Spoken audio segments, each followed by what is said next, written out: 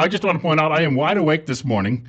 I have to be that way on the job, unlike Supreme Court Justice Ruth Bader Meinhof, who fell asleep last night during the State of the Union. But likewise, a lot of other people had the same reaction. Good cure for insomnia for millions of Americans. And so maybe we should do this actually more often going forward. Well, at least once a year, right? 7 minutes now after 8 o'clock. Thank you for joining me this morning. It is going to be, well, a chilly day, 30 looking at a high of 30 degrees. And right now it's 25. You're listening to Bill Colley, of course, as the big voice just said. And I've got a few things I wanted to talk about today, but we'll get to the top story in just a moment. I will also, if I get a chance, if you let me, I'll talk a little bit about this ping-ponging of gasoline prices going on. Some places, 17 cents a gallon more expensive than it was just a few days ago, even though there was another drop in the price of oil this week. So figure that one out. Speaking of Justice Ruth Bader Meinhof, she contradicted herself in a court ruling on religious faith this week. And if we get an opportunity, I want to share exactly what she did, and perhaps you might agree with that, although her fellow travelers will simply try to rationalize it however they can. But of course, the big story this morning, and it's related to us very much in Delaware, or rather, I forgot where I was already. All right, somebody better come in here and hit me with a mallet. I'm so used to talking about one place I lived for 7 years, which wasn't even my home. And now I'm sitting here and I can't get 2 words out without getting the wrong place.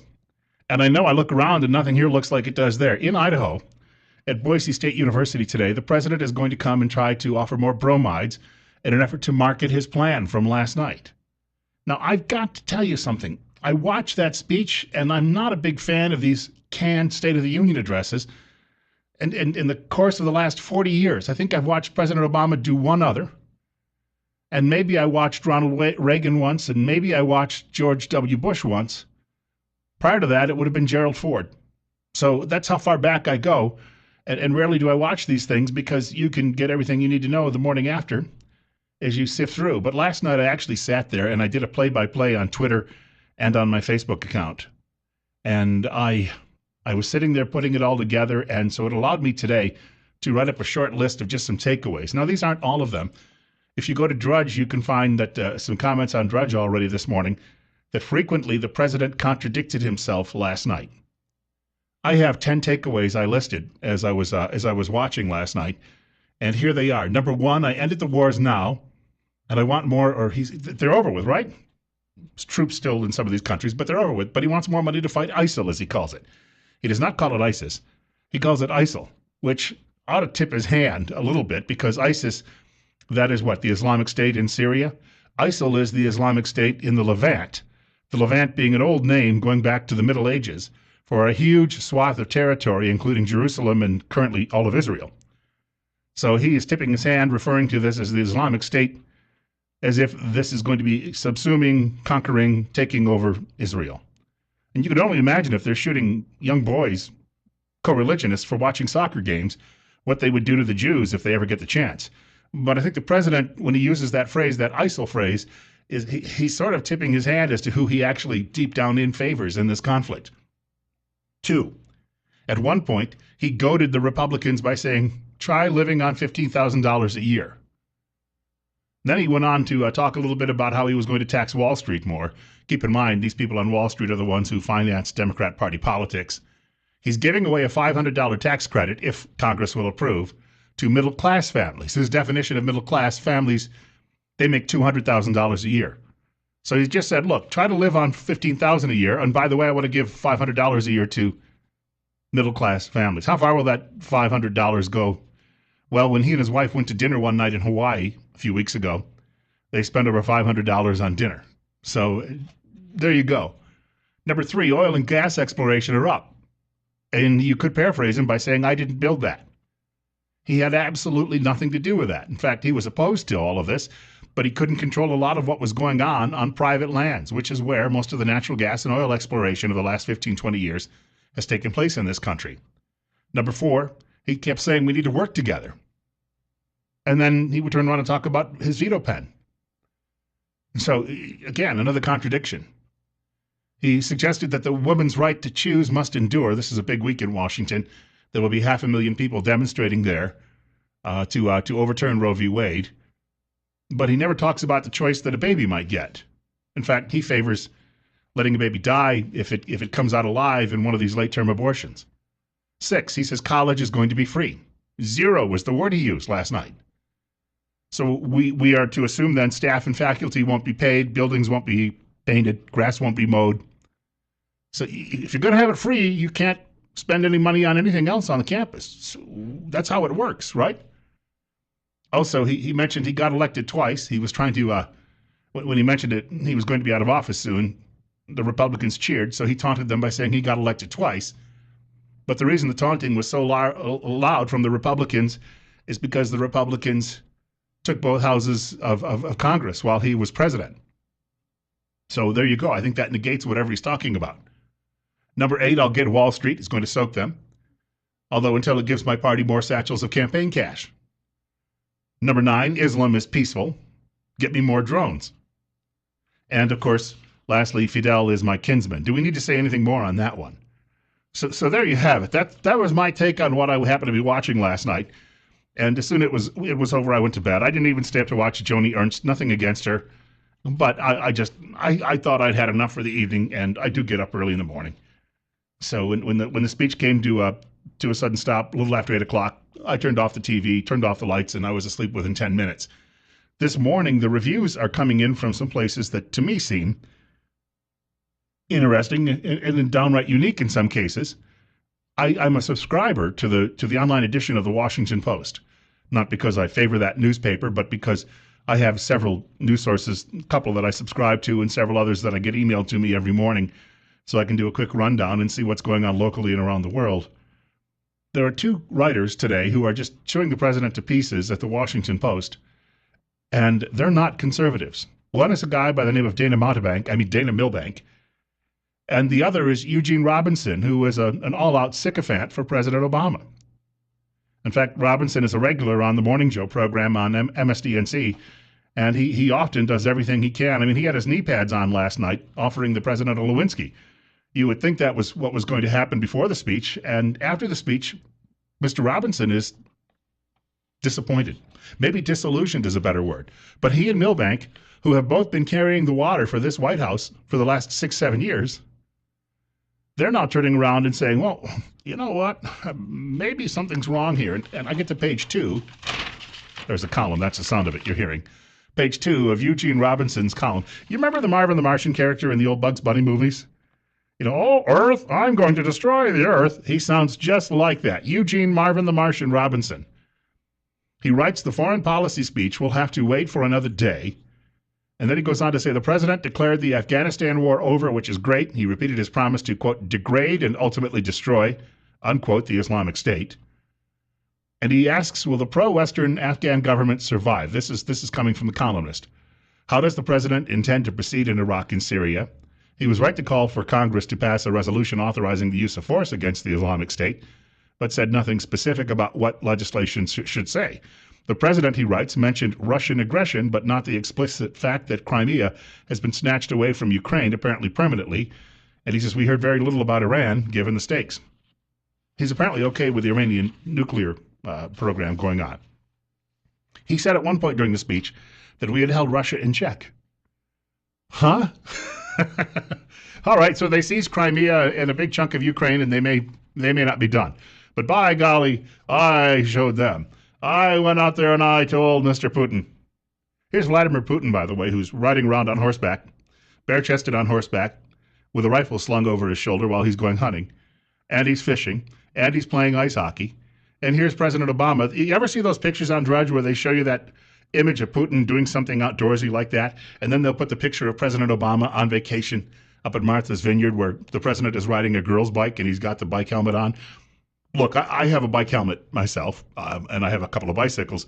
There is nothing geekier than a bicycle helmet. I wear it because I feel it's a necessity. If I had a little bit more money, I'd go buy a really good motorcycle helmet and wear that on my bicycle, but that might look even sillier. But it does tell you something about the difference between number one here in America and number one over there in the other country. We've come a long way. Jay Leno used to joke about the old communist leaders in the Soviet Union. He used to joke that, in fact, right after we had a couple of them die in quick succession in the 1980s, Jay Leno was talking on The Tonight Show, and he said, They think that they're the toughest country on earth. He says, well, their guy gets a cold and within 2 weeks he's dead. Our guy takes a bullet in 2 days, he's up walking around. It was reference to Ronald Reagan. But things have really changed dramatically in perception of world leaders. So president's coming to Idaho, and he's going to be at Boise State University today. There is a poll at our website. If you go there, newsradio1310.com, it is asking you if you have had any plans to go. Now, as I understand it, someone told me just late now that the tickets are all snapped up. They're using a small venue, so they don't have to be embarrassed by no one showing up. But the poll at our website asks if you plan to go or not. So this poll was put up a couple of days ago. Nearly 85% of the people say no. They're 9.28%, so a little over 9% of the people who were responding say that they have other plans, or it just says other. That would mean they're not going. So that puts us up in the neighborhood of 95%, or very close to it. And then 6% of those people who were polled said they are going. So good luck. I don't know that there'll be much room left if it's a 1,200-seat venue and if it's even that big. But it tells you that there really is a genuine lack of interest. And we talked about this yesterday, why the choice had been made on such a small venue, where they used to fill big arenas when he was speaking, when he was first running for president. Now they're relegated to coming in and talking in small theater settings. I'd like some of your responses to what you heard last night, or at least what you're hearing this morning about all of it. If you'd like, give me a shout here in just the next couple of minutes. In fact, we'll hear from some of our fine sponsors coming up in just a moment. But following that, feel free to give me a telephone call, 736-0300. You're listening to Top Story. Bill Colley with you on News Radio 1310 KLIX and newsradio1310.com. There was a point during this Dog and Pony show last night where the president got a raucous round of applause when he suggested that Americans should do their best if you're an employer to hire veterans, which, great slogan, great thought. And I was sitting there thinking just a few minutes earlier, the camera had panned the crowd and you saw Chuck Hagel. That's a veteran the president has fired. Oh, they call it a resignation, but Hagel was booted out the door because he objected to the way the president was handling this Islamic State issue. Remember, the president called those folks the JV squad? So another contradiction on the president's part. And I was just looking over a headline from a publication called God and the Machine. And the writer was saying he was reading comic books last night instead because he said he's so sick and tired of these canned speeches, which are tested, audience tested and run through the ringer by consultants and the like. And it's just theater. He said it's an oligarch. And all they do every year is come out and they posturize, make some promises. In fact, there was a story yesterday that I happened to see a link to. Over the course of his presidency, Mr. Obama, in his State of the Union addresses, has made 112 promises that he has failed to keep. So it's theater. It's nothing more than that. And it's to try to whip up your side, supposedly to fight the other side, when the two sides really aren't a whole heck of a lot different. Now, he didn't delve into it too much, but he talked a little bit last night about internet freedom. On the 26th of February, his FCC is going to be voting to put restrictions on the internet. It's an underreported story, but they're talking about doing this. Now, this is the same president who told corporate America that he could do more to protect them, but they would have to surrender a lot of corporate secrets. So in other words, for your password, he will protect your internet. And by the way, his Federal Communications Commission will put new restrictions on it. But that'll keep you safer. You see, that's better for you. That way the government will know everything you do. And that way, if you even think or consider doing something the government doesn't want you to do, they can step in and lock you away. See how convenient that is? Have you ever heard of something called the strident conservative? I want to share something from that with you. And this is perhaps unrelated to last night's speech, at least not directly related, but I think it does speak volumes about where the people are right now in this country. Say 26, 25 right now. We're looking for a high of 30 today, warming up as the week does go on. So things will be, I would assume, at least a little bit better as the week goes on. More fog, of course, but we can deal with that since we've gotten used to it the last few weeks. Here's the headline from the Strident Conservative.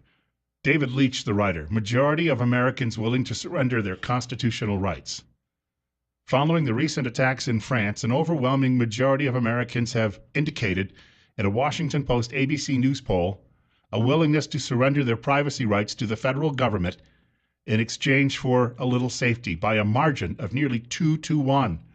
63% of Americans stated they would give up their personal privacy rights in order to help battle terrorism.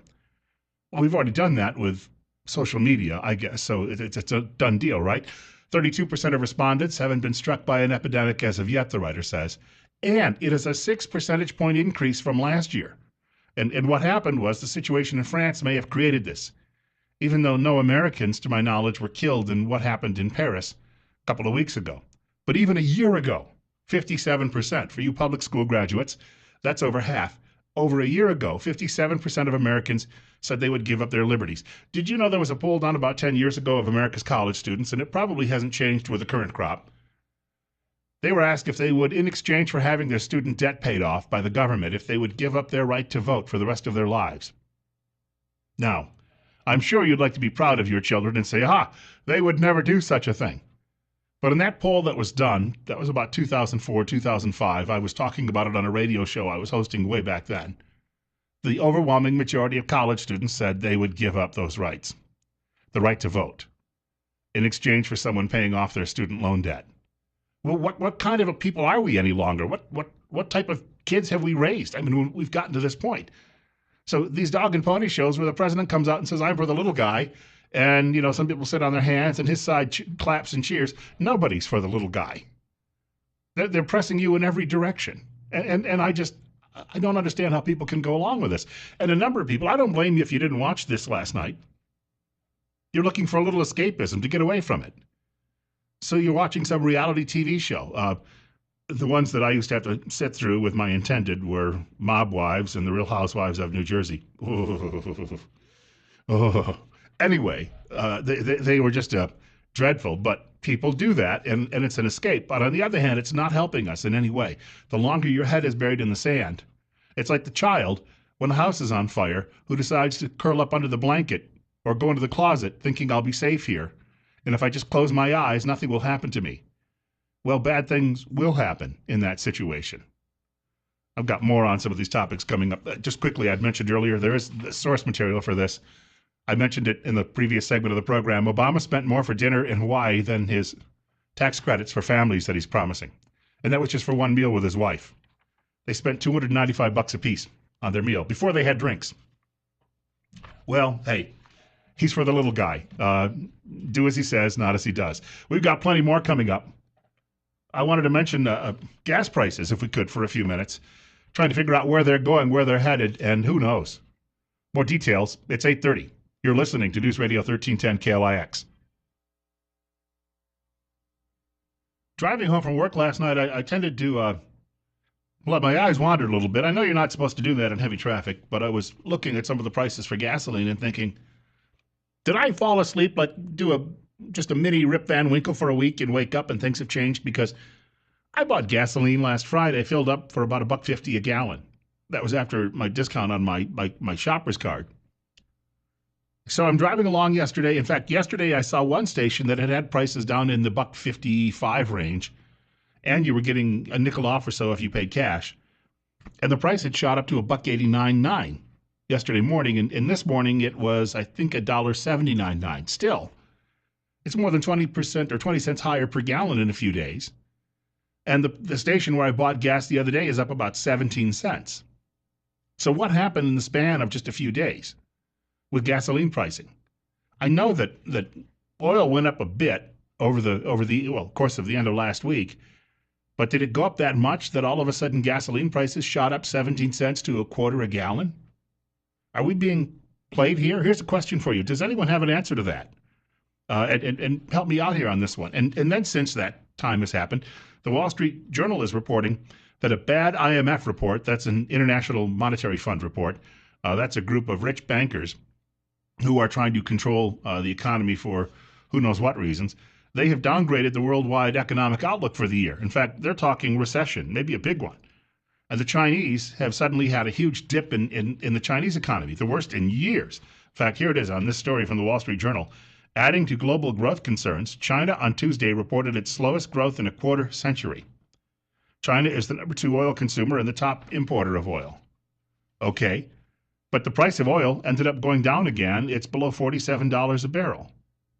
Well, I'm looking at this from the NYMEX crude dollars per barrel from something called Oil Watch, and there's actually call it a chart here that I'm looking at, and the chart is showing you exactly where the price went the last couple of days. So the price has actually dropped.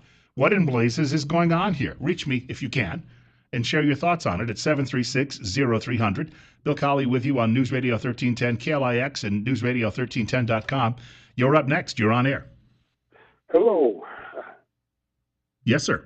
About the gas prices, it does this all the time here in Idaho. I don't know about the rest of the country, but when gas comes down, it takes 2 to 3 weeks for it to come down in Idaho. But when it goes up just a few cents, boy, gas jumps right back up within 24 hours. I'll tell you what, though, I've seen even some dramatic swings in prices. There's a travel center out the other side of Kimberly where the price last week was a good 80 cents a gallon higher than it was in Twin Falls on Blue Lakes Boulevard. But if you go downhill from Blue Lakes Boulevard and you check out some of the stations, I don't know, it's another 15, 20 cents higher there than it is just a couple of miles away. I have not been able to put all that together. Well, when gas prices is fluctuating like it is right now, you will have quite a variance in prices. One thing that I think they ought to change or do something about is this 1/10. All prices that have the 1/10 on the end of it. Yes. Back when I was young and gas was 25 cents a gallon, 1/10 kind of meant something. But today, today's prices are $3 or $4 a gallon prices. It means absolutely nothing. So it's the same way. If a guy's selling an item for $1, if he posts it at 99 cents, people are much more likely to buy it. And I think that's why they leave the 9/10 on there. It makes it look like it's a penny cheaper. Exactly right. Right. But the thing is, everybody is used to it. Everybody knows the scam, and it doesn't do any good anymore, I don't think. I guess we're going to buy gas anyway. We're all going to be walking again in a few years and pedaling around on bicycles, just like our Chinese friends used to do. Thanks much for the calls. 8:38 now, and 25, looking for a high of 30. Bill Colley with you on Top Story. So somebody told me a few years ago that the problem with gasoline prices, milk sometimes, we've seen swings in the price of milk over the years, but most people don't complain about it nearly as much as they do gasoline, because buying gasoline is a very psychological thing. When you're buying milk, you're not standing next to a meter that just is spinning and spinning and spinning and spinning and spinning. When you're buying gasoline, on the other hand, you're standing there pumping your gas and you're looking at that price just keep racking along. You know, it's spinning and spinning and spinning and spinning. It's like the national debt clock. You know, you could use it as a fan. And that psychological impact of that is why people get so irate with these fluctuations in gasoline prices. And if you went to the grocery store and if you were picking the milk out of the cooler, and you picked the milk up and it started, there was a meter that started spinning like that, you might have the same experience. That was the argument the fellow was trying to make with me. But with this drop now in the price per barrel again in the last couple of days, and with this terrible economic outlook coming, and you know, all of the folks last night who were talking, the talking heads on the in mainstream media were saying that the economy is so much better and has turned the corner here in this country. And yet here you have people all over the world saying, uh-oh. But uh-oh means cheap gasoline. And perhaps we'll see the price per barrel soon down below $40. And then we can just sit back and wait for the next big price shock, which should come sometime in the next 12 months. At least that was one of the predictions we talked about this week from a former executive at Shell Oil. We've got more on the way. Bill Colley with you on Top Story on News Radio 1310 KLIX and newsradio1310.com. Justice Ruth Bader Meinhof contradicts herself with a Supreme Court ruling. I referenced earlier one of the Supreme Court justices of the United States. Now, we should give her a pass. She's in her 80s, I believe now, early 80s. So it's not always easy for people to stay up well past their bedtime when they're my age. Imagine when you get to be 80 years old. But there's video this morning surfacing that Justice Ruth Bader Meinhof apparently dozed off during the president's address last night. And we know how she feels. She has been. I had some friends that used to own a small shop in a tourist town, and they said one summer this woman kept coming in, and they knew her as Ruthie. And she'd come in and buy little knickknacks and tourist items to give to friends. And they said they didn't realize until she took off in September that it happened to be the Supreme Court justice. And they said she was a nice enough woman and certainly spent a lot of money, so they didn't have any issues with that. So there's even in this uber liberal, there is an inner capitalist at work. She likes to keep the economy going in small tourist shops. 25 right now, looking for a high of 30. It's 8:45. Bill Colley with you on News Radio 1310 KLIX, newsradio1310.com. If you're listening online, of course, you can listen to us anywhere in the world. Last summer, you may remember a case about a store called Hobby Lobby. Hobby Lobby was a business that was founded by a Christian family, and they still believe very much in their Christian faith, even in the workplace. And they balked at having to pay for what are called abortifacient drugs that would basically abort a developing embryo in a woman's uterus.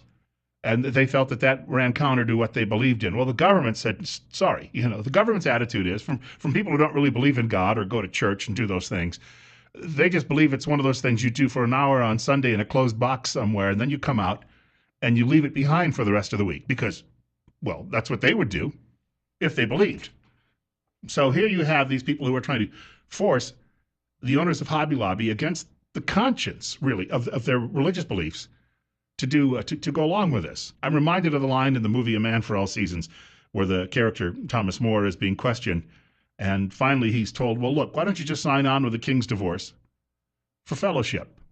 And he looks at one of his inquisitors and says, well, if I do that and then I violate my conscience and I go to hell, will you all go there with me for fellowship? And he's asked, well, wait a minute, do you believe we're all going to hell for this? And he says, I can't answer for you, but I can't answer from my own conscience. So that is what religious liberty is really all about. Well, Ruth Bader Meinhof and the other handsome ladies of the court, the liberal wing, they all decided last summer to vote against Hobby Lobby. It was late in the year, late in the term, in June. They voted against Hobby Lobby, but they were overruled. The court's so-called conservative wing won out that day with, I believe, a 5-4 ruling in favor of Hobby Lobby. Today in the Wall Street Journal, the Review and Outlook, that's what they call an editorial in that paper, it mentions that she did a flip in a case. A unanimous, that means all 9 justices, on Tuesday ruled in favor of a Muslim convict who wanted to keep a half-inch beard on religious grounds in violation of an Arkansas prison rule. Now, the prisons in Arkansas are worried that prisoners who grow long beards, beyond half an inch especially, could hide contraband in those beards. Look, it's been done, I'm sure, in the past. So they had a law against this, but the man claimed that because he was a Muslim, growing the beard was a tenet, at least to him, of his faith. So the court ruled 9-0 in favor of this prisoner. Now recall, the writer says, that 5 justices voted in favor of religious liberty in last year's Hobby Lobby case. The 4 liberals dissented, with Justice Bader Meinhof railing that forcing religious-minded business owners to offer insurance for abortion drugs was no violation of their religious liberty under the law. Justice Bader Meinhof joined the majority in this case, writing in a brief concurrence that the beard wouldn't, quote, detrimentally affect others who do not share, unquote, the convict's beliefs. So which one is it? Well, she likes abortion. So therefore, if you're opposed to it on religious grounds, you're a bad human being. On the other hand, if you're a Muslim who wants to grow a beard and you've committed crimes and are locked in prison perhaps for the rest of your life, you're good. That's the mindset of this woman. Now, she is likely going to be replaced soon. She is either going to retire for health reasons or for those very health reasons. We don't wish this on anyone, but I'm a believer that if it does happen, that if you were really a decent person and you followed certain rules in life, you will go somewhere even more pleasant. I'm not sure about that in her case. Do you know that the Supreme Court, 9 people, we talk about diversity. Al Sharpton argues we need diversity in Oscar nominations. Even if somebody didn't turn in a great acting performance, in order that the nominees look more like the American rainbow, that we need to have people of color nominated every year, even if they didn't have a good performance. Do you know that we don't have any Protestants on the U.S. Supreme Court at the moment? I think that's the case. I think that the overwhelming number of them are Roman Catholics, and you have some who are Jewish. In a country that if you still ask people what their religious faith is, you're still going to find a lot of Protestants. But as it turns out, not on the Supreme Court of the United States. And yet that doesn't necessarily affect the justice's views, or it does maybe in Ginsburg, her case, because she comes from a more liberal side of her religious faith, which is of a Jewish background. And so, I called her Bader Meinhof. I'm sorry. Well, that's the same thing. I mean, same type of political beliefs and all of that. But that's where she's coming from in all of this. This week, there will be 500,000 people, at least in Washington, for the March for Life. And I don't know how they can continue to ignore this event. I went 3 years ago, And I remember as I was on a bus trip, and we went to Washington. It had snowed there the previous few days, and then it had warmed up to the point where it was about 40, 45 degrees, misty, and everything was covered in mud. But I was down front by the stage, and I got to hear all of the speeches, and then marched up Capitol Hill, past the Capitol building to the Supreme Court. And there were, at that day, an estimated 400,000 of us. Media didn't bother to cover it. Media ignored the whole event going on that day. Oh, there might have been a perfunctory, they're back this year, a couple of short headlines, with a couple of lines after that. But I was there among that crowd, and let me tell you, the majority of the people who were there that day, I was among the old timers. I was marching up the hill with a 79-year-old priest and my future brother-in-law, and I mentioned to the priest who's had open heart surgery and a couple of knees replaced, if he thought it would be, if he was, should he be doing this? And he said, look, if I die here, I think I'll go to heaven. Perhaps, that's a good way to look at that. We have a caller with us, and we should note, too, most of the people who were there were school children. You're on the air on Top Story on News Radio 1310 KLIX. Welcome. Well, thank you. I don't know if I heard correctly. If I didn't, then straighten me out. But did you equate the Jewish religion and laws to the Germans? Did I mention Germans? Did I say Germans at any point this morning? You said Meinhof. Ruth Bader Meinhof. Yeah. Do you know what the Bader Meinhof gang was? No, I was just asking you if that was. Do you know what the meaning of Bader Meinhof is? I just want you to answer my question, not educate me. Well, I don't know that I'm required to answer your question, but if you need an education, Bader Meinhof gang was a group of communist terrorists. Are you with me? Hello? Hello? Could you tell in the nervousness in his voice? His throat was shaking, and he's just looking, I'm going to call that conservative, anti-Semitic. I'm going to get him. Ooh, ooh. You know what? Do your research before you call me, pal. Ruth Bader Ginsburg, it's very similar to the name Bader Meinhof, which was a communist terrorist network in West Germany in the 1970s. And they went around killing industrialist, government officials, or anybody else who got in their way. Far left-leaning people, and very violent. And I think that when I say Ruth Bader Meinhof tongue-in-cheek, I think you might be able to pick up, if you know the history, what I'm talking about. You're up next with Bill Colley on Top Story on News Radio 1310 KLIX and newsradio1310.com. What's up? Hey, I hear you're laughing, mocking the president because he said people don't show up and this and that. He doesn't have. Well, how's the mighty have fallen? You were in Delaware, and look at where you were at. There's more cows than people. Well, I'll tell you what, where I was in Delaware, there were more fish than people. I thank you for the call, sir. Yes. All hail President Obama, my Lord and Savior. I just don't get where you liberals come from on this. There are greater deities that exist. You're up next, and a good morning to you at 8:54. Hey, good morning. I was interested in the comment from your caller previous to this last one. He tipped his hand by indicating that he's not interested in education. He's only interested in commenting on what he believes he understands. And as he's proven, he doesn't understand much. Bader Meinhof is pretty well known by those that read the newspaper and have paid attention through the years. Yeah. So, and I have giggled at your referring to the justice in that way. However, I would like us to not give her a hard time. I would like to see her stay in office until we get through the next election, because it's hard to believe, but I think that our current president could find somebody at least as liberal, if not more liberal, to take her place. Yeah, I think that that's a possibility, but he has to get it through the Senate. And right now, a lot of people in that Senate remember 20-some years ago, almost 30 years ago, when the so-called Roman Catholics in Kennedy and Biden stonewalled some nominees for the U.S. Supreme Court because they were more interested in liberal votes than where they were going after death. I think that any attempt to put someone along the same mindset as Bader Meinhof on the court again is going to fail. Oh, I pray that is the case, because they have undone so much of what most of us in this state hold near and dear in just the last few years. I agree. And I thank you much for the call. We have to have somebody with courage. And whoever the president would nominate in the next couple of years will have some difficult time sailing through that new makeup of the U.S. Senate.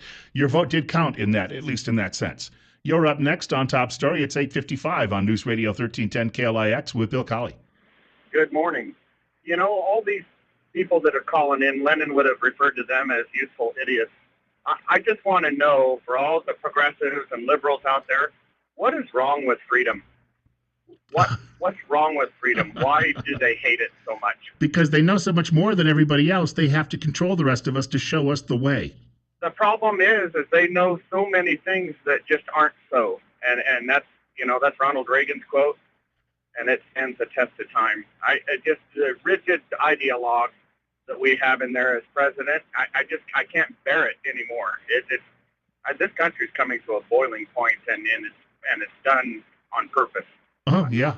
I heard that in the Rush Morning Update. Thank you for the call. The Rush Morning Update today, Rush Limbaugh was saying pretty much the same thing when he was talking about incestuous relationships and this family member, a woman who wants to move in with her dad to New Jersey, where apparently it's illegal so they can continue it. And he said, we told people this was going to happen. Oh, no, there's no slippery slope. You conservatives, you just belly aching, and you're angry because you're bigots and racists and homophobes, et cetera, et cetera, et cetera. 8:57, I believe we have a caller with us. You're on the air. Good morning. All right, let's try one more. We're coming up close to the 8 o'clock news in just a moment. That'll be a hard break.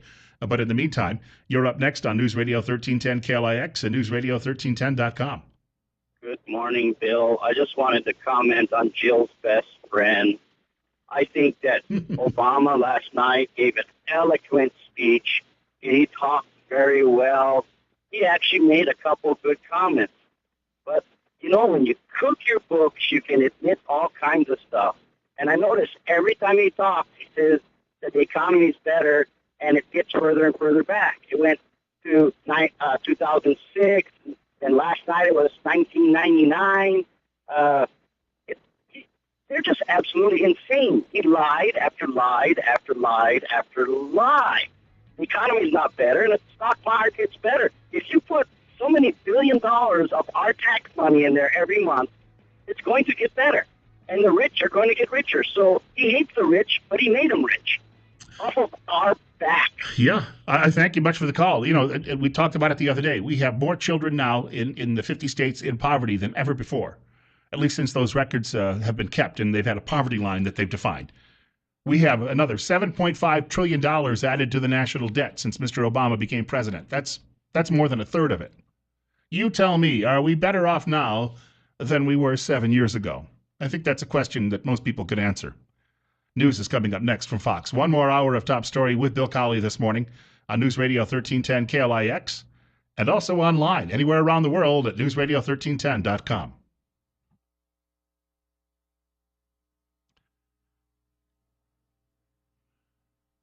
We were talking in the last hour, just before we actually went to the news break, and we were mentioning how we're seeing the dissolution of this culture before our own eyes, and that all of those people who kept telling us, relax, you're making too much noise, just be quiet over there, you're walking around dragging your knuckles again, you people with non-opposable thumbs, you're just a bunch of bigots and racists, and you're mean-spirited. And yet, here we go again. We're seeing more and more of the veneer of civilization being stripped away, leaving us with, I guess, just people running around in the streets doing whatever they please, and everything will be okay. There's even a line of thought that says that we shouldn't be prosecuting people for violent crimes such as homicides because there may be issues in their brains, and therefore, you're hearing all of these things coming out of academia that says that we don't have anyone responsible for their own decisions, their own choices, that we need to take care of everybody. There was a fellow yesterday who posted something online he was with one of the major conservative publications, and I happened to see it.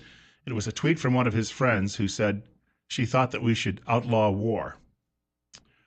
Well, that was tried with the Kellogg Brilliant Pack back in the 1920s. How well did that work? The problem is, you may say, well, I'm not going to do it then, but the other guy may say, I am going to war. Then what do?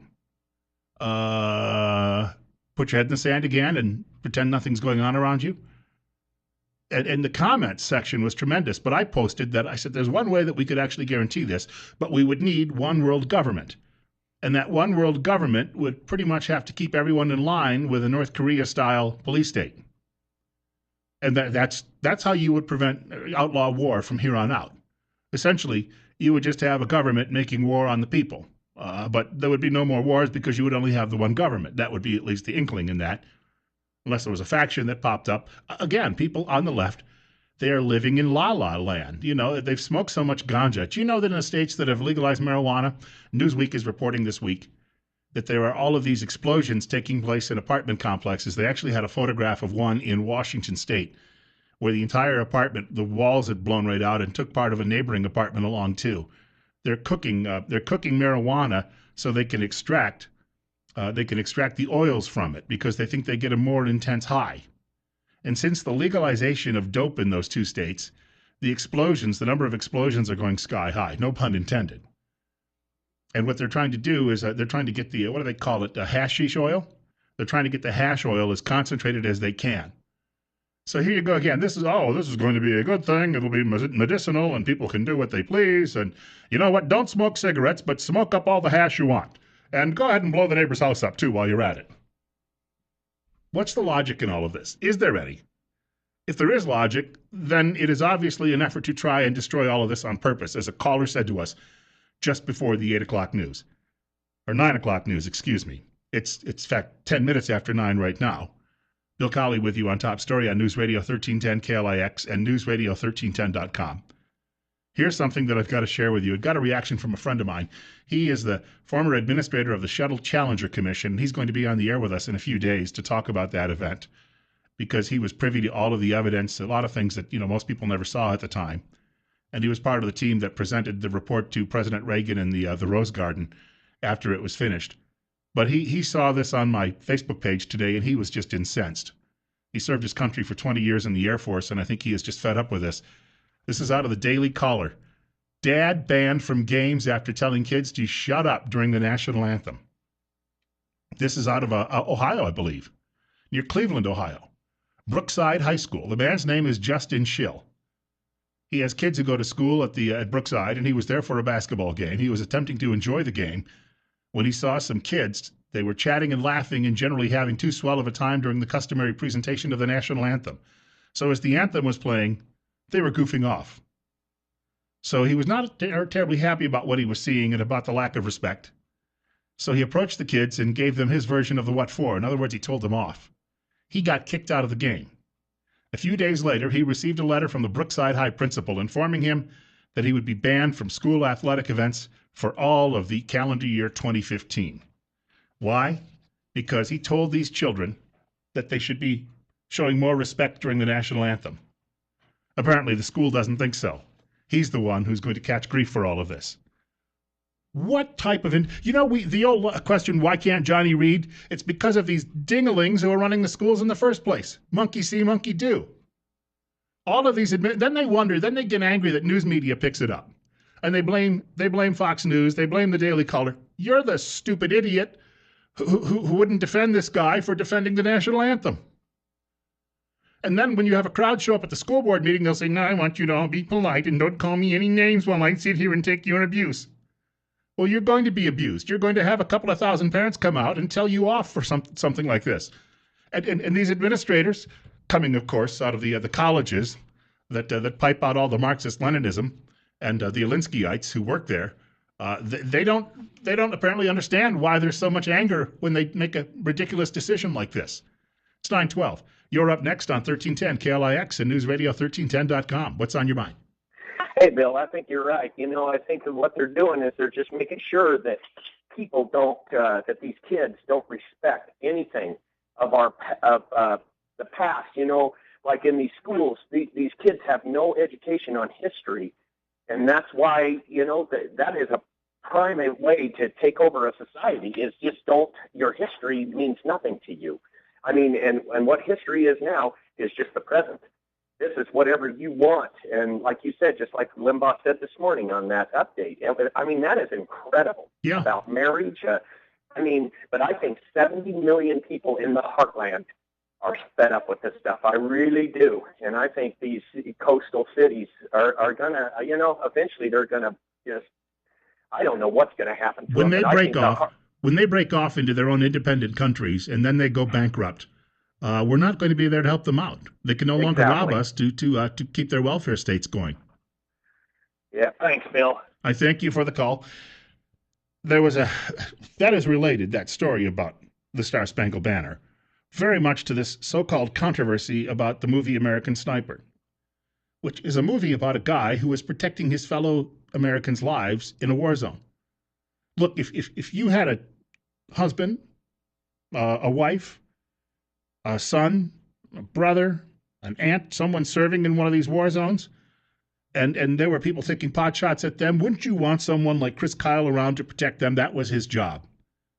And a movie has been made about it. Well, he was mean and he called the enemy savages. Well, the enemy was blowing up school children, for crying out loud. What else are you going to call them? Oh, but we have to respect their culture. They're shooting dead young boys for watching soccer games. The other day, they took two men who may have been gay, and they threw them off the top of a minaret to their deaths. But we can't call them savages. That wouldn't be nice. And Chris Kyle is just a Nazi, and it's a good thing he was killed by that sick man in Texas. Where are you lefties coming from? If he had saved the life of one of my loved ones, I'll tell you what, that guy's a hero. How about Lieutenant Colonel Allen West? Drummed out of the military, forced into an early retirement, because they had discovered that an Iraqi policeman that his unit was working with was actually a plant, a mole, and he was giving away details on the unit's movements, which was allowing the bad guys, and if they're killing Americans, they're bad guys. They were killing Americans. So West brought this guy in for interrogation. When the guy wouldn't speak, they had a fire pit right next to the area where that's how you test a weapon. You have a pit filled with sand. You can shoot into it. That way you don't blow somebody's feet off or shoot off into the distance and hit someone that you didn't intend to hit. West pulled out his pistol, his service pistol, and he fired it next to the guy's head, but in the direction of the sand pit, the firing pit, which properly is what you're supposed to do. And with that, the fellow that he was talking to spilled his beans. And he gave them everything they needed to know. After that, there was never, ever another attack on any of West's men in that sector. But the Army, under pressure from liberals in Washington, said, oh, that was mean, I don't care if our boys and girls are getting killed. You, on the other hand, Colonel, were mean to that spy. They threw Colonel West into the brig. And the only reason he ever got out was because the story broke in the Washington Times and was picked up by talk radio. And then all of a sudden, the Libby mind controllers in Washington backed down. Now, I don't know how much longer we're going to be able to do this to them because they're trying to get rid of all of us because they don't want us telling everyone else what's really going on. And with that, West was told, all right, we'll make a compromise. We'll let you out of the brig, but you have to resign. And he did that. And after he got elected to Congress, he was only in a term before he was hunted out because, again, the libs kept saying, oh, he's a mean-spirited, terrible human being, and he's a sellout to his race. He's a traitor to his black race, and he's an Uncle Tom, and they gave you all of that. No, he is an American hero. He put on a uniform, he went into a dangerous war zone, and he saved American lives. And the fact of the matter is, you've got at least half the country that dislikes him. They dislike Chris Kyle. They dislike the national anthem. Do you know that CNN one day last week warned its audience? You see this happen on network newscasts. They'll say, oh, just a reminder, before this story, a warning. There will be graphic content and blood. Send your children out of the room. You've heard that before, right? CNN gave a warning and said, just to let you know before this story comes on, it is going to include the national anthem. I am not making this up. It has been documented in the Daily Caller and other news sources this last week. I am not making it up. Why did they say that? Because it says bombs bursting in air. Oh, good golly, I mean, it's about war. Yeah, and how the nation was saved. Yeah, but they talk about the flag being still there, and that flag is bad, bad, bad. I want to burn it. If not, I need to urinate on it. I don't understand the leftist mindset. I never will. And unfortunately, most lefties, as I said earlier, they're not what you'd call God-fearing people. One of these days, they won't wake up, or when they do come to, they're going to find that they need to shovel a coal for a hot reception where they're going. And I don't care if it hurts their feelings. Take a Valium then. We're not, this whole I'm okay, you're okay thing that has been preached in schools and by your fellow travelers for the last 50 years has done nothing to hold the cohesion of this country, to hold the country together cohesively. It's all been to destroy and tear down. And in their mind, every little last thing about this country is wrong. And at some point, and I admit that, I complain just as much about the Republicrats as some other people do, and the big money financing most political races in this country, and the fact that the government is just trying to encircle us with all of its new invasions of privacy. But you know what? In the last 240 some years, there were actually some great heroes in this country. And a couple of times in the last century, it was men and supported by women from the United States that saved Western civilization. Got more coming up. Some climate change discussion ahead. World is going to fry to a crisp any day now. Stay tuned. You're listening to Top Story on 1310 KLIX. So I was thinking about it this week. We have, I think, an argument we could make that the two greatest Americans who ever lived were George Washington and Abraham Lincoln. And when I was a boy growing up, the birthdays of both of those men were holidays. Not any longer, because in the interest of diversity, we had to put a holiday in and eliminate their birthday holidays. So now we have something called President's Day, which I'm not even sure is officially a holiday, which means that you now have Washington and Lincoln lumped in with Pierce and Buchanan and some other ne'er-do-wells, Bill Clinton, and I'm sorry, but you look at this list and Jerry Ford, none of whom are people you would compare to Washington and Lincoln if you were looking at what those two men accomplished in their lives, with the odds that really were stacked against them. And I'm not knocking the Reverend Dr. Martin Luther King Jr. I think that he was a man who really believed in what he was doing, and I'll tell you what, I think that he had a tremendous amount of courage. But did he do for the United States what Lincoln and Washington did? There would be no United States without General Washington. My friend Bruce Chadwick actually wrote 2 books about Washington, the First American Army and George Washington's War. He used to be a regular on one of my radio shows with me. And Bruce points out that Washington just had some unique skills that no one else had at the time that allowed him, against all odds, to lead a country to independence. And then you've got Lincoln, who there's a public service announcement that airs on radio stations about what an utter failure this guy happened to be at most everything he tackled in life. And then he was able, and you know what, he suspended habeas corpus. It's funny what happens in wartime. Presidents either lock up people of Japanese descent or they suspend habeas corpus when the Capitol is filled with spies. And I can argue that some of these things weren't very constitutional that they did, but you know what? We're probably better with one United States of America today than the two countries we would have ended up with. And yet we had to shelve the holidays for those two men because somebody's feelings somewhere might be hurt. So we no longer honor perhaps the two greatest Americans who ever lived. It's 9:26.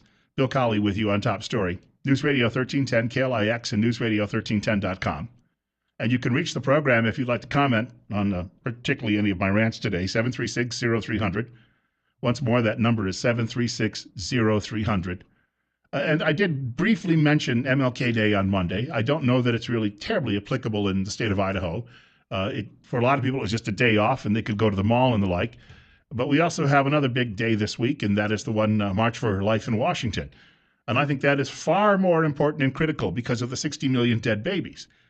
But again, liberals think that's okay. That's just another form of convenience. You're on the air. Good morning, and you're on News Radio 1310 KLIX. Yes, Bill, I've been very busy, and I was able to hear earlier this morning. Did you happen to talk about Obama coming to town? Yes. Voice. Okay. Yeah, I don't know that he's going to. I pointed out he wouldn't have a big crowd, and somebody got angry with me and said, well, you're working in Idaho. You don't have one either. And I thought, well, he's working in Idaho, and he has to piggyback off my show, and English is a second language for him. I don't know that he really could talk.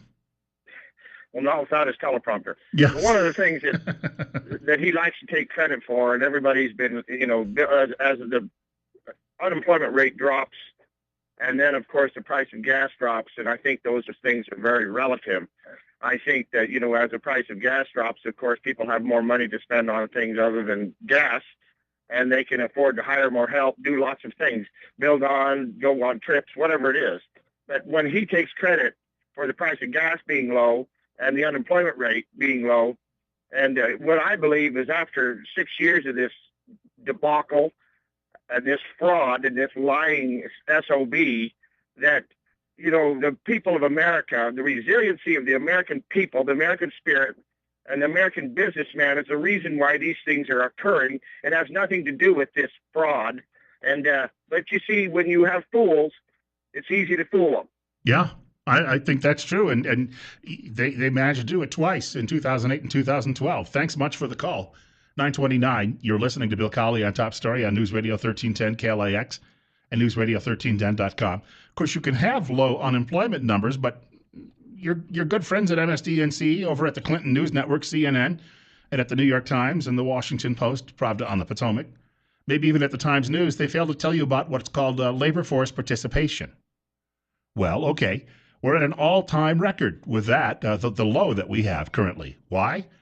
Because that jobless rate is based on the people who are actually collecting jobless benefits, unemployment insurance, which runs out after 26 weeks.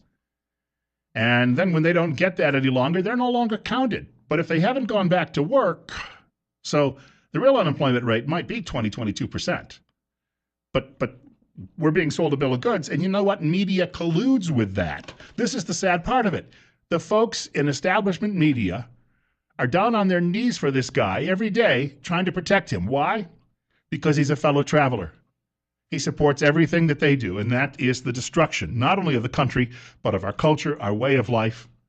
Because in their minds, they're going to simply turn around and rebuild their paradise after that's all done. These are very, very dangerous people. It's 9:30.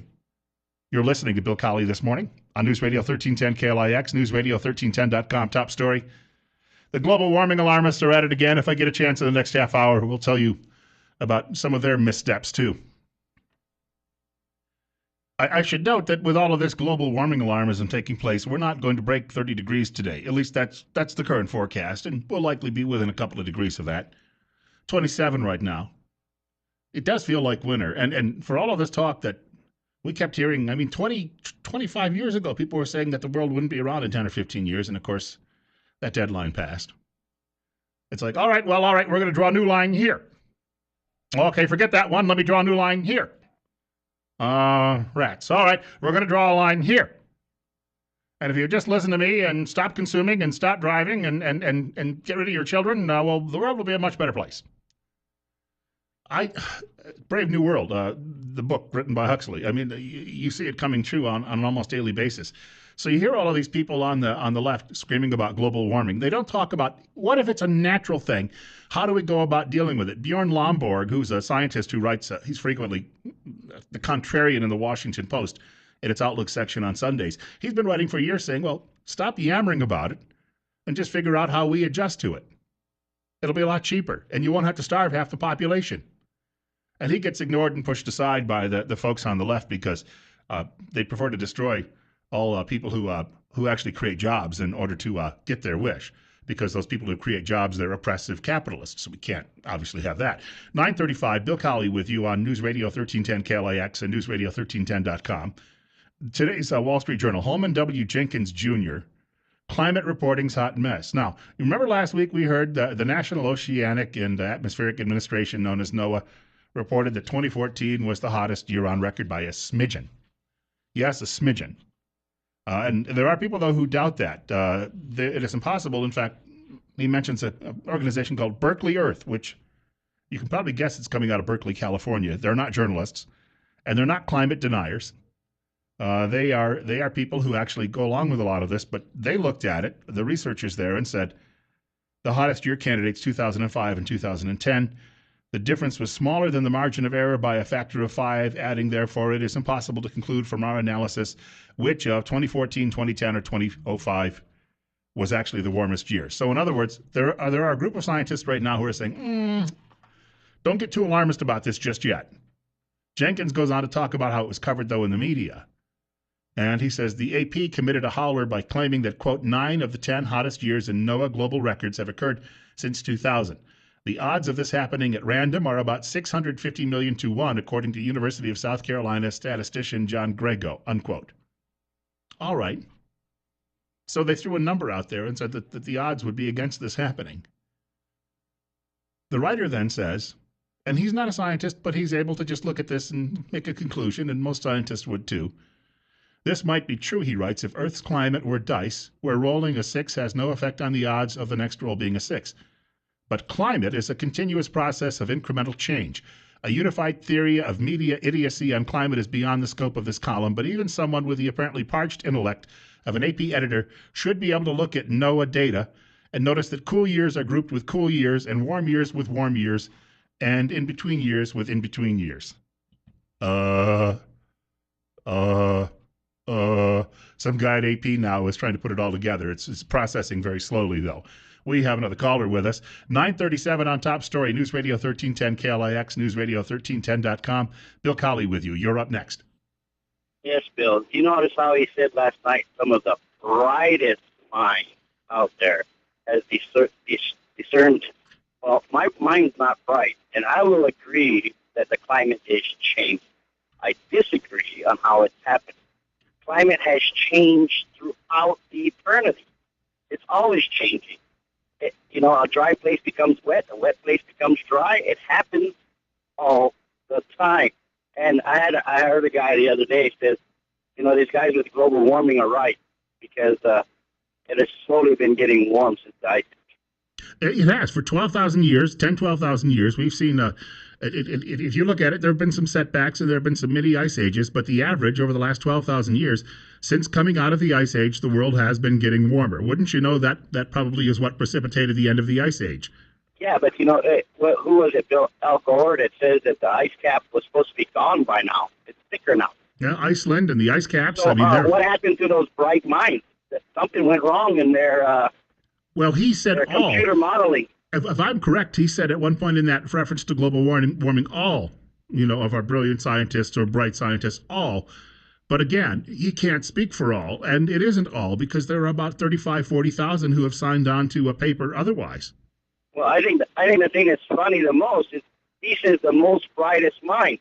But the most brightest minds to them is whoever agrees with them. Yes. The other side that says, no, this is not happening, this is a natural event that goes round and round, they're not bright, they're stupid. No, they want their fellow travelers to fall in line, and they want to tell you if you don't, there's something wrong with you. Fellow travelers good, conservatives bad. Simple as that. Thanks for the call. Coming up on 940.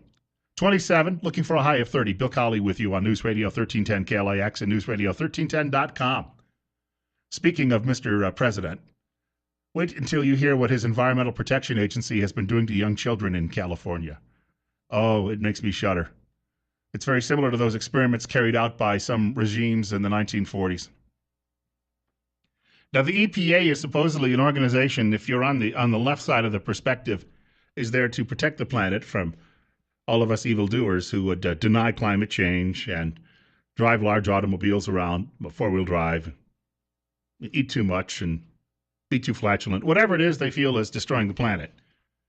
And they have plenary power, which means they don't have to answer to anyone. So they don't answer to voters, they don't answer to legislators. Maybe their budget could be toyed with, but for the most part, government has turned around and created a government within a government that operates, well, like an organized crime outfit. Let me share this story with you from the Daily Caller.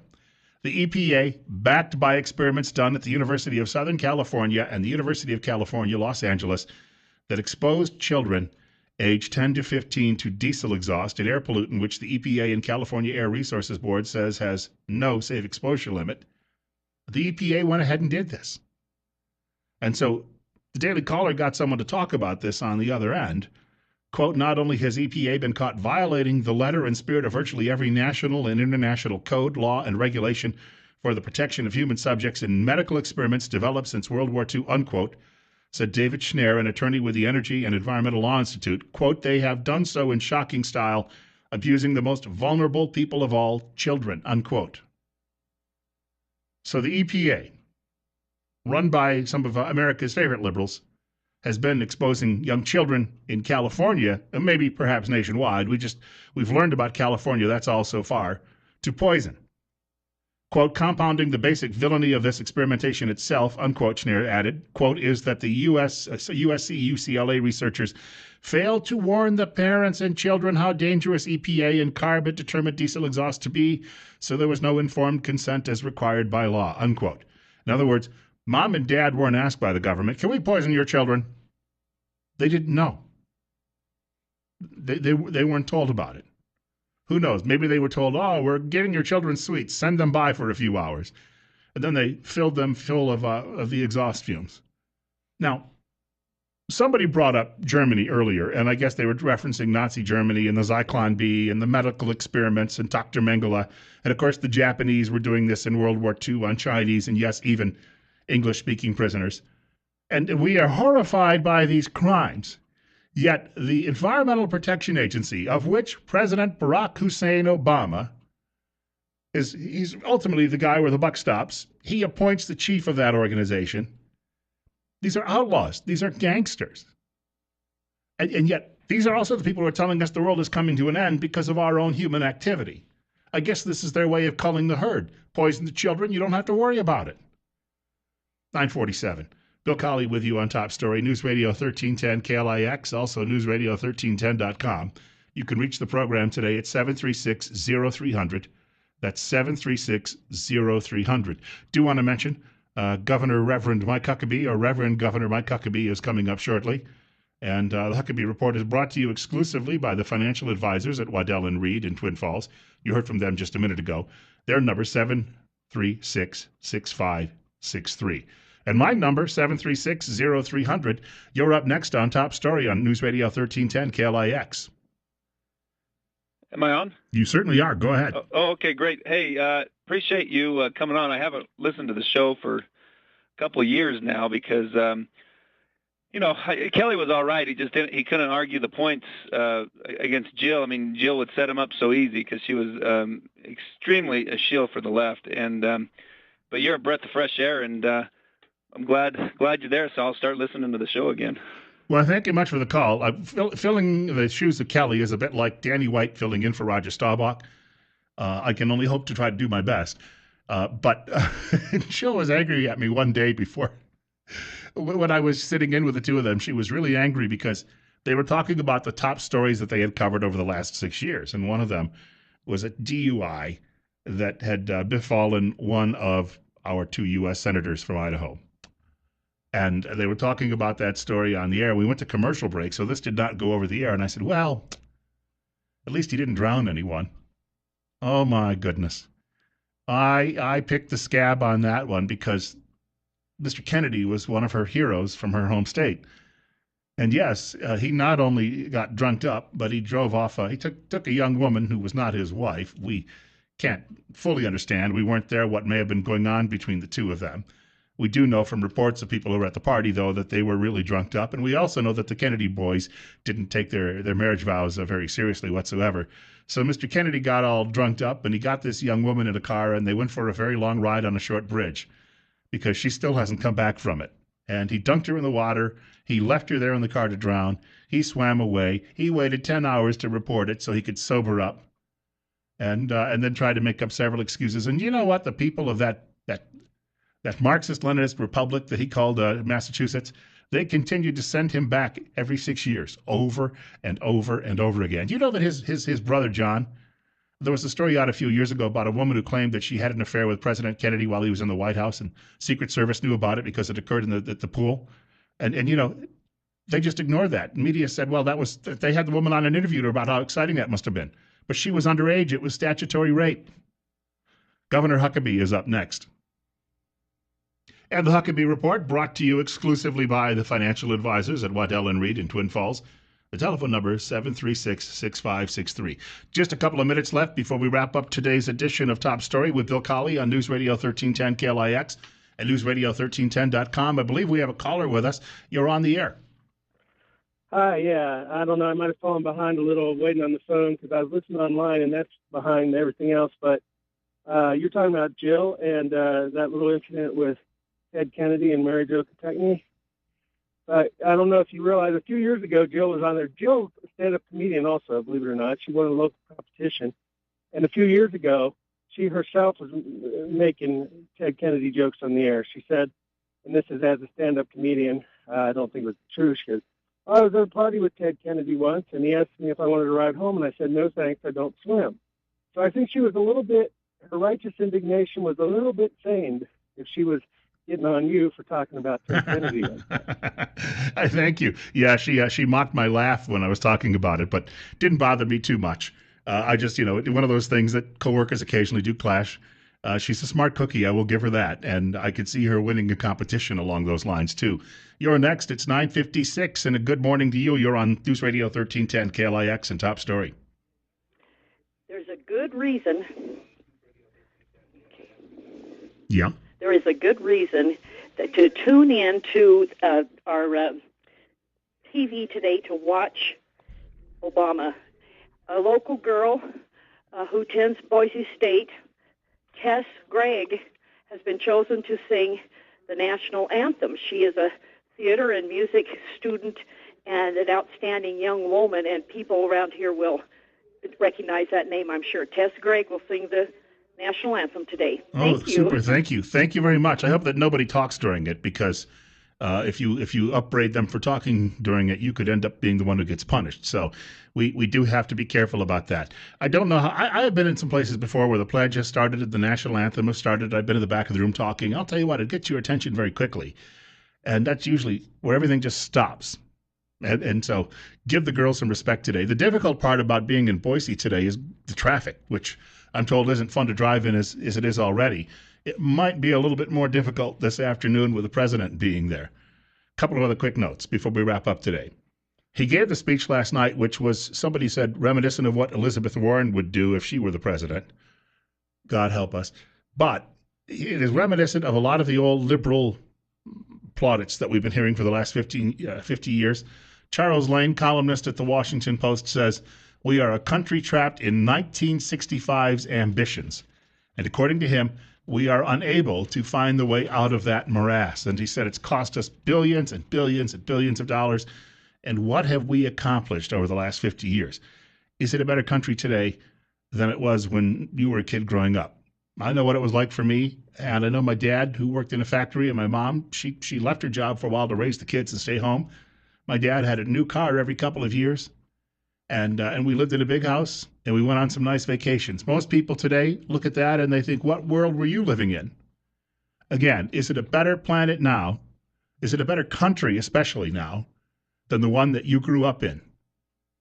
And we have spent trillions of dollars in trying to make it better with no true results. Just a thought. Rush Limbaugh is up between 10 o'clock and 1 o'clock today, followed by Sean Hannity this afternoon.